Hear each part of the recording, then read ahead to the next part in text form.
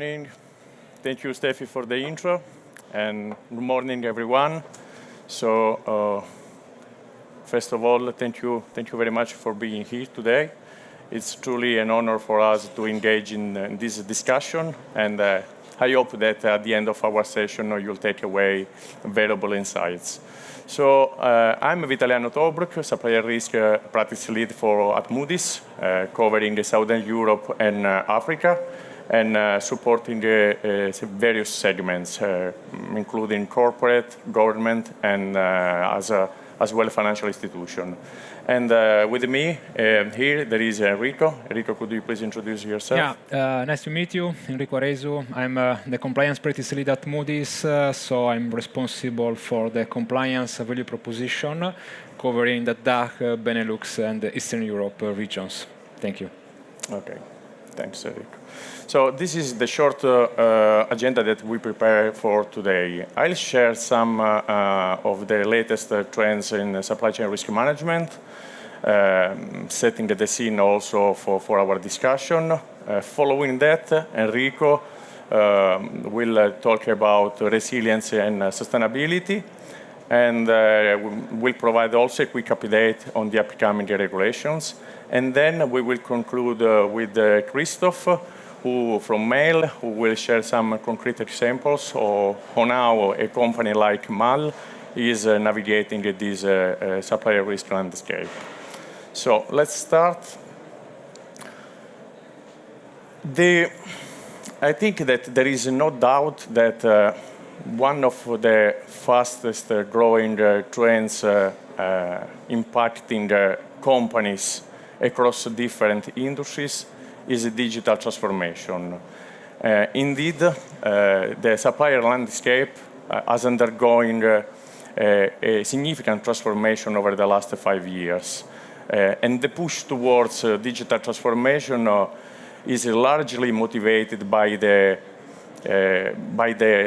desire for increased operational efficiency, improved accuracy in data management, and also enhance the capabilities to anticipate and mitigate potential vulnerabilities. We all know that prior to pandemic, supplier risk management was important, but didn't rise to the level of the boardroom concern. And now it's a critical issue that commands attention also of the C-suite. While digital transformation is also enhancing the visibility, it also introduces new potential vulnerabilities, especially in the realm of cybersecurity.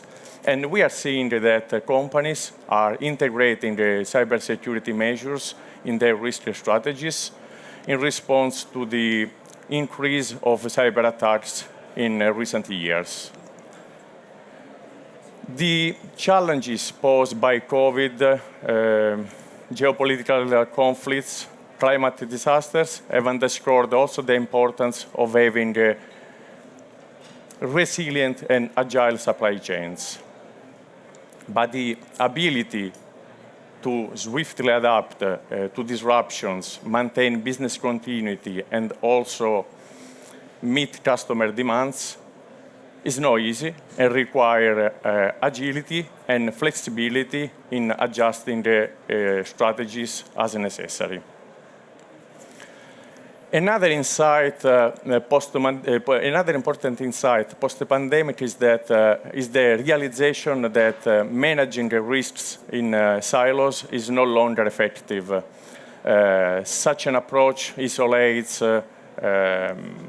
decision-making within departments, also leading to a lack of coordination and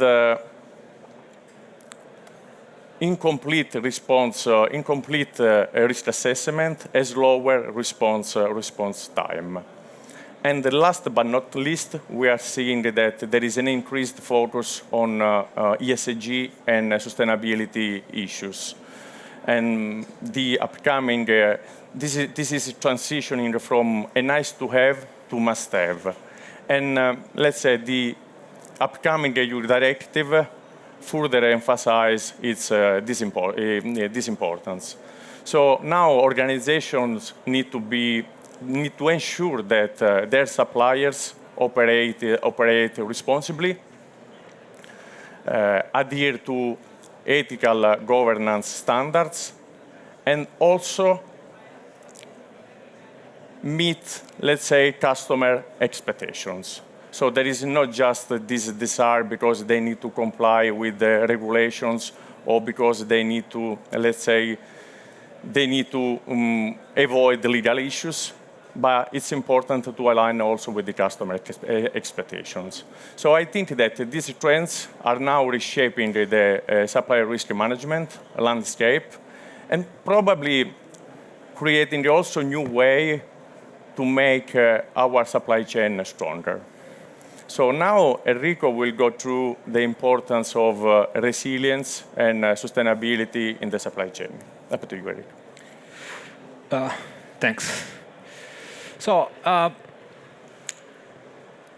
global disruptions are becoming a bit of the new normality when it comes to supply chains. No? And we do know there are a number of risks outside, like, for example, geopolitical risk, that where companies have to very quickly react in order to avoid compliance or also reputational risk.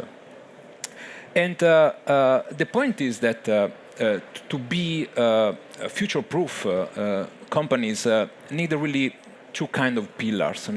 So the first pillar is a topic that we are discussing a lot nowadays, that is resiliency. And the resiliency means the capability of a company to react to external shocks, like, again, compliance risk, cybersecurity risk, and so on.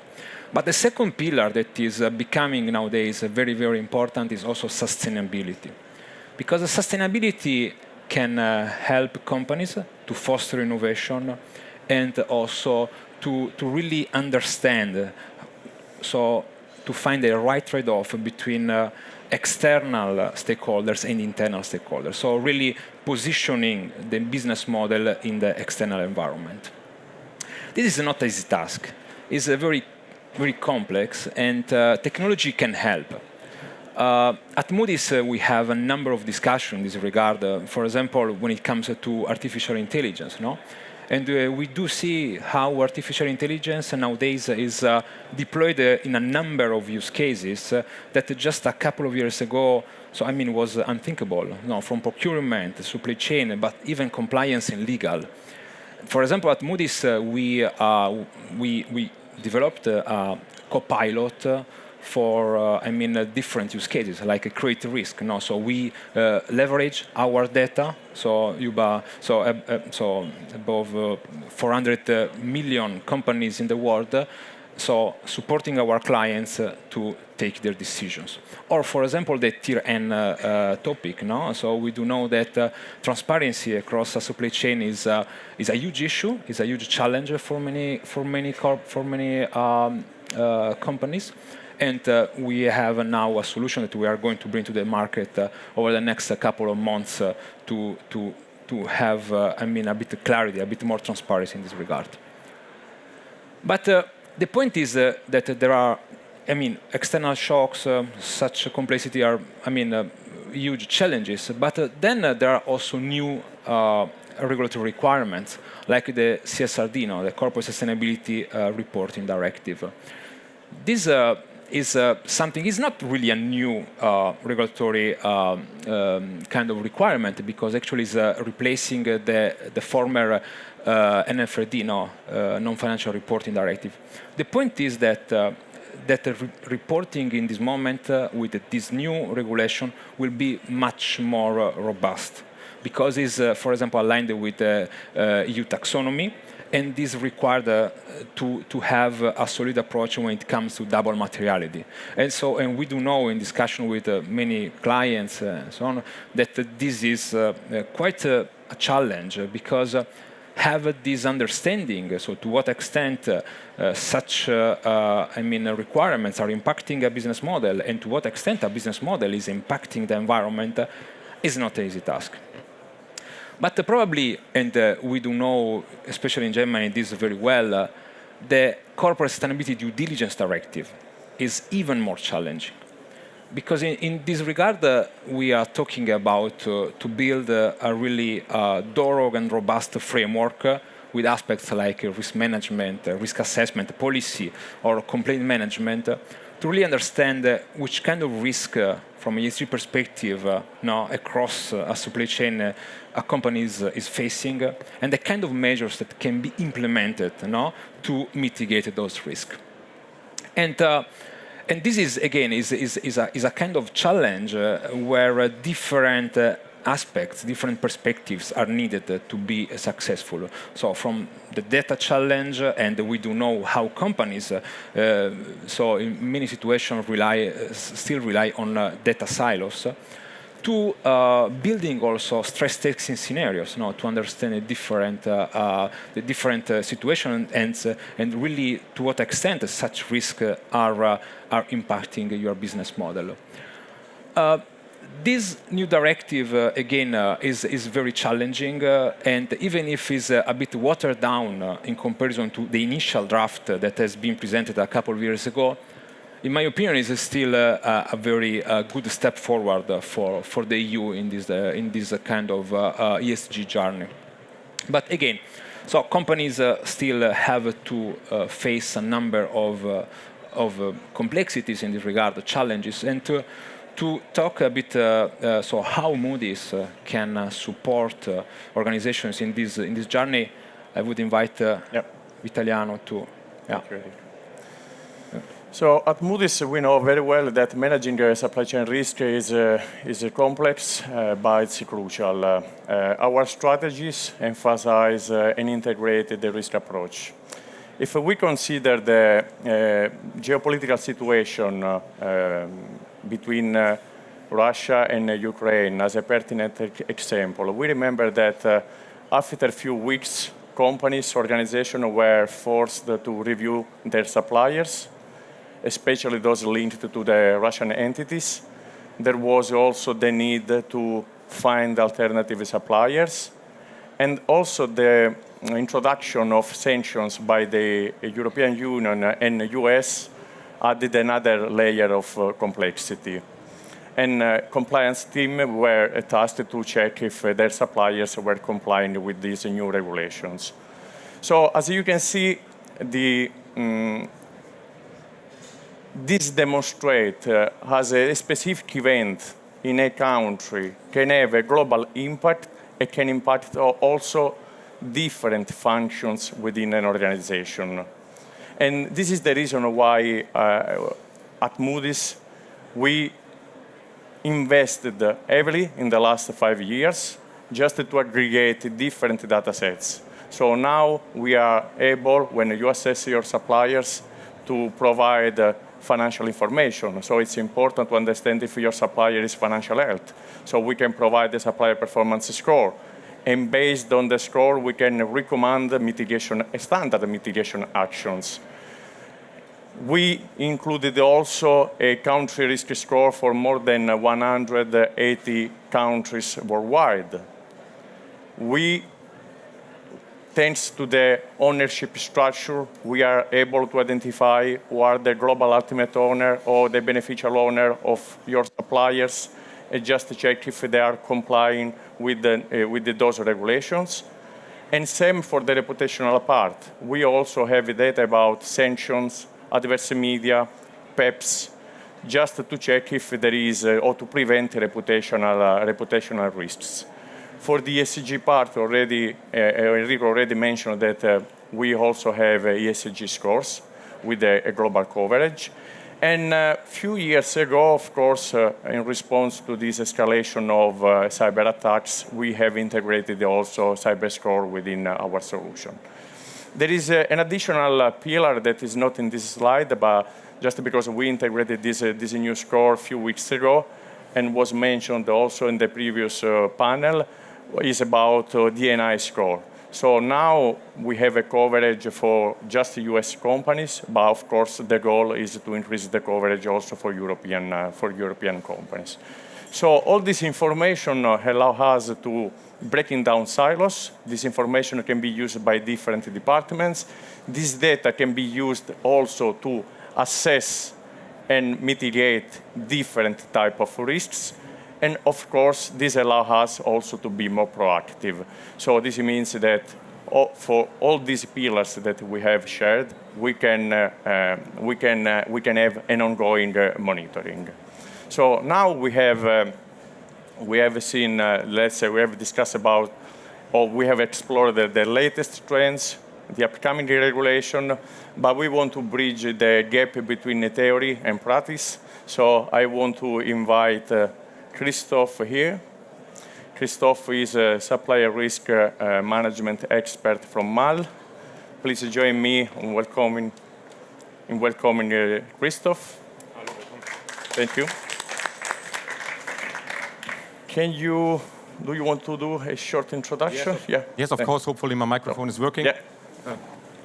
I also with down is a little bit easier for me. Hello and welcome. Willkommen. My name is Christoph Moormann. I'm the global responsibility for the Mahle Group for all Mahle plants and the commodities, polymer and electronics. And I have there the global responsibility for the whole supplier risk management at the Mahle Group. Yeah. And today I'm happy to be here and to discuss with the colleagues here from Moody's regarding this, I think, very, very current topics and issues. Thank you, Christoph. So we have seen in our discussion that organizations are facing a variety of risks and challenges. Could you please share how Mahle has managed these challenges and also what makes a risk management program effective? Yes, of course. I think unforeseen supply chain disruptions, I think that was part of the business of all global companies over the last year, so that issue is not new. But what we can see over the last, I think, 3-4 years, especially with the Corona crisis and I think the issues there in the Middle East and shortage of material, that these interruptions significantly increase, and this results in I think negative impacts also in losses for a lot of companies. So at the end here, it's important that we see that we have a very stringent and agile risk management, and there are some additional challenges, especially the complexity of products, but also the transformation of technology. Here's an example, the developments regarding electrical vehicles, and so I think that's sorry for that, that we have here in the most of our departments automated process. It's not possible for all. I think there's not black and white, but where it's possible to automate, it's necessary to automate, to find here solutions that our teams could take the focus on preventive measures and also on reactive measures in the event when it's necessary. And I think today there are solutions where such an automation is possible, and so at the end, I think from my point, it's necessary.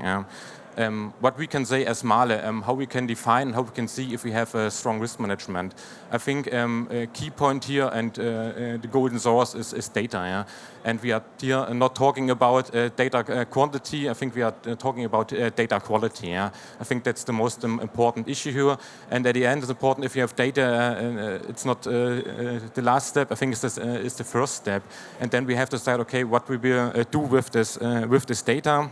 And it's important that we have a clear strategy, that is like a framework for all our global plans, and then we are able to customize this process for special country characteristics.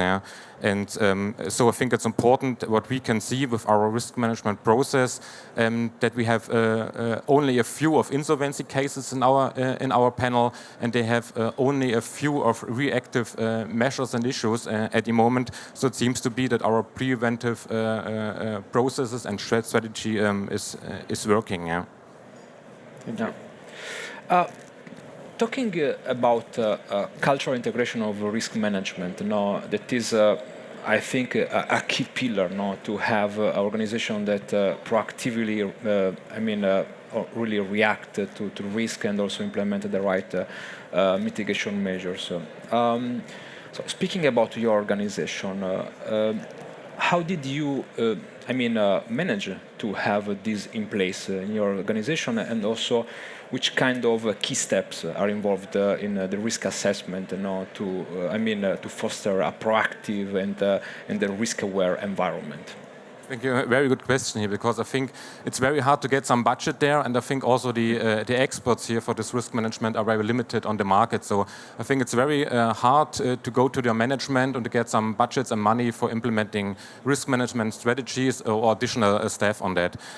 So for us, it's important to create the awareness in our management to invest in risk management strategies and also risk management tools. What we do, we implement the risk management function in all our guidelines, our working instructions, so that this is very aware, and you can see, okay, the risk management is on a very high level. Yeah. It's also important what we do or what we did.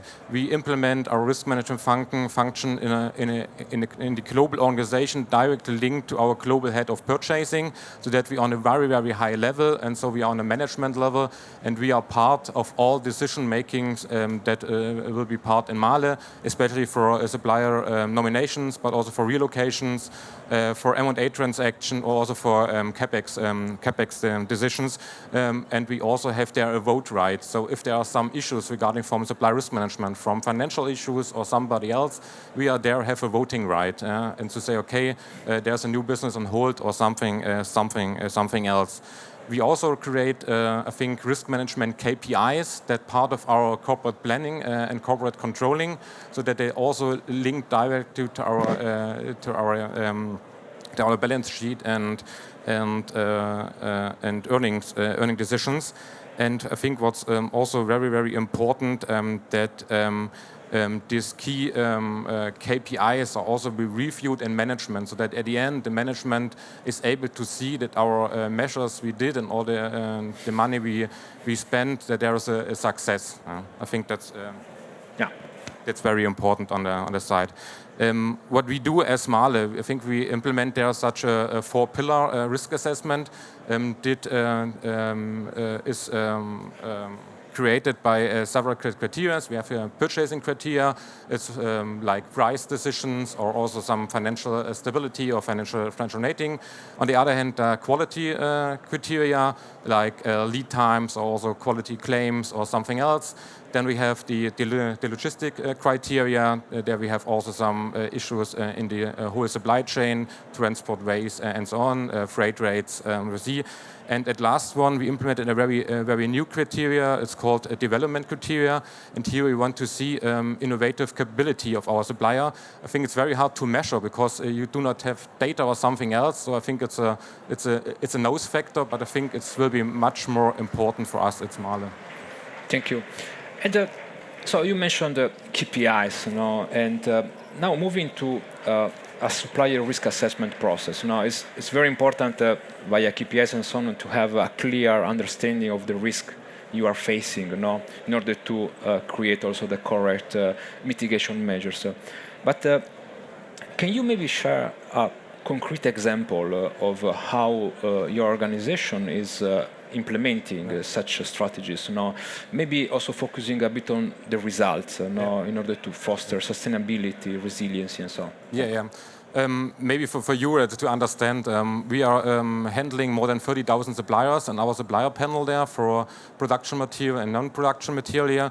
And at the end, there are only a few people that are working in the risk management. Myself, another colleague as global responsibilities, and some, as I will say, window persons there in Asia, North and South America. So only a few people that handle a lot of suppliers. So at the end, it's necessary to have the automated processes that have data analytics and also KI. I think it's a whole topic we can talk about one day about this. But on the other hand, it's not handleable for us if we do there anything manually. So at the end, then will be the risk management become a risk at itself. So for us, we are using here the Moody's tool. It's Orbis for our financial risk assessment, also for checking org charts, shareholders, and so on. I think that's one of our key important thing here, because we are not able for thousands of suppliers to make a risk assessment. So for that, it's necessary to have here external support. We're also using Sphera for, I think, natural disaster alerts and so on. Also some logistics scores, and we have. Integrity Next for all our sustainability issues, and we have a lot of automated questionnaires that we send to our suppliers regarding supplier code of conduct and so on. So that will be a lot of automated processes behind that make us able to concentrate on these suppliers that are on risk. Yeah? Because at the end, I think it's important not to see all your risky suppliers. At the end, it's I think the goal to see this 1, 2, 3, 5, 10 suppliers where you have to act and where to have your capacity and your money. And so for that, it's very important to have this automated process and this support by the external partners. Thank you very much. I think we have a couple of minutes left, and I don't know. We do have some questions from. Okay. For this, I would join you here on stage, maybe. Yes, we got some questions from you, from the audience. And I think maybe this one is also important for you because you have the most experiences with working together. Why is Moody's the right partner for today's challenges? Yeah, for us, it's important as a global company. We have more than 130 plants all over the world, yeah, and so we have suppliers all over the world, from China to South Africa, Southern America, and here we need a database that's global, consistent, and up to date. And I think with Moody's, we have a very, very good partner with up to date data in a very, very common form. That for us, it's make easy to set up our risk assessment. And that was simply clear, huh? Wasn't it? So maybe we have 2 more minutes left. So another question. Do you think, or do you even see from your mandates, maybe one of the two of you, that companies are once again procuring more direct material locally from their home continent? Let's say this is the objective. We are seeing also that, for instance, in US are investing a lot to, let's say, to have these products from friend-shoring countries or onshoring, so countries that are closer to the company where they produce. It's not simple because some materials, for instance, are not available around the world. So, but this is the trend that we are seeing. Yeah? Yes. Yeah. Yes, okay, then maybe the last question from you, and then afterwards we will find the 3 of you at the Moody's booth, right? Yeah, correct. Yes. Okay, then how do you ensure sustainable data quality for geopolitical SCM analysis and forecasts? Let's say for the ESG, you know that the main problem is that non-financial information are not available for private companies. So what we can provide is an ESG analysis-driven score for listed companies. And for private companies, again, we collect more than 490 million companies. We have developed an ESG score predictor based, of course, on a benchmark model, country, sector, and also the size of the company. This is used as a first screening, just to assess the supplier portfolio, and then we can go a bit deeper using the ESG questionnaire, or of course, if the supplier is able to share data with us, we can recalculate the score using our analyst to recalculate a rating in this case. Yeah. Okay, I hope that all questions have been answered, detailed. Yes, okay, I don't see any other opinion. So yeah, thank you for these deep insights. I mean, now you have the experts and the customers, so take the chance and visit them at the booth to get even more information about, how you could work together maybe. And thank you so much, Thank you. Enrico Vitaliano and Christoph. This is your applause. Thank you.